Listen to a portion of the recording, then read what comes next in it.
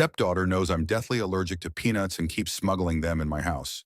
Till one day, the hospital monitor beeped like a taunting metronome, each pulse a reminder I was still alive barely.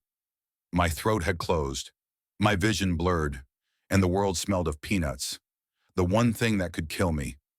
I woke up wondering how my stepdaughter's cruelty had finally won. I'm David War, 42, a quiet guy who loves routine coffee at 7 a.m.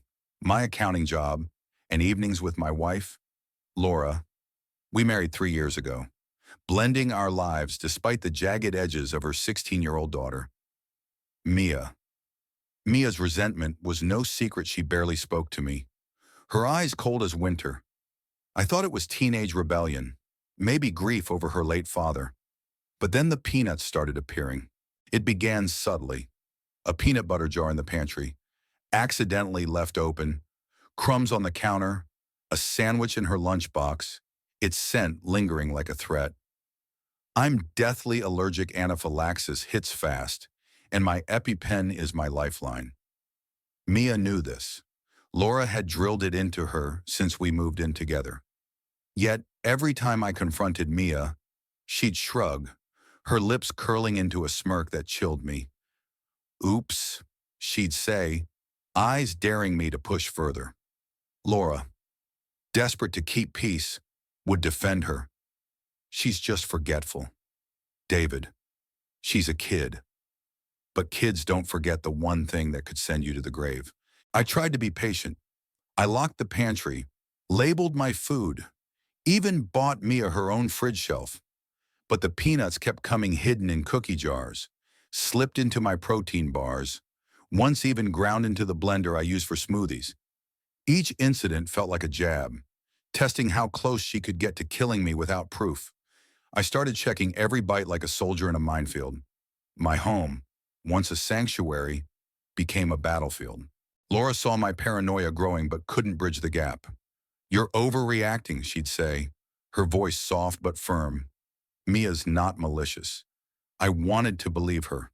I loved Laura, her laugh, her warmth, the way she made life feel full. But love doesn't stop anaphylaxis. One night, I found a peanut butter smear on my coffee mug. My hands shook as I scrubbed it clean, rage bubbling. Mia was upstairs, headphones on, pretending innocence. I wanted to scream, but what could I say? "Your daughter's trying to murder me." It sounded insane, even to me. The breaking point came on a rainy Saturday. Laura was at a work conference, leaving Mia and me alone. I was cautious, double-checking everything. Dinner was takeout safe, I thought, but as I ate my burger, my throat itched, my tongue swelled. The room spun. I grabbed my EpiPen from the kitchen drawer, but it was gone. Panic clawed at me as I stumbled to the living room, gasping. Mia sat on the couch, scrolling her phone, unbothered. "Help!" I croaked. She glanced up, her face blank, then back to her screen.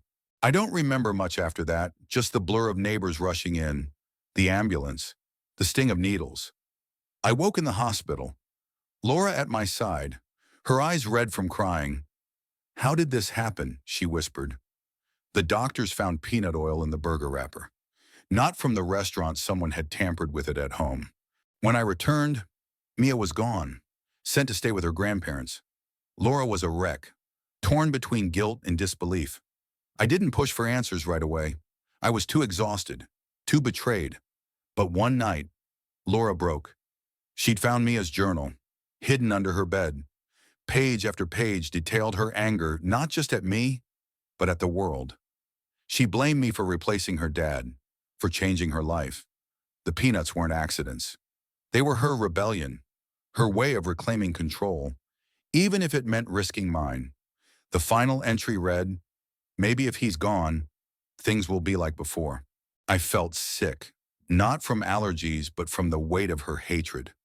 Laura sobbed, apologizing, promising therapy, consequences, anything to make it right. But what's right when a kid you've tried to love sees you as the enemy?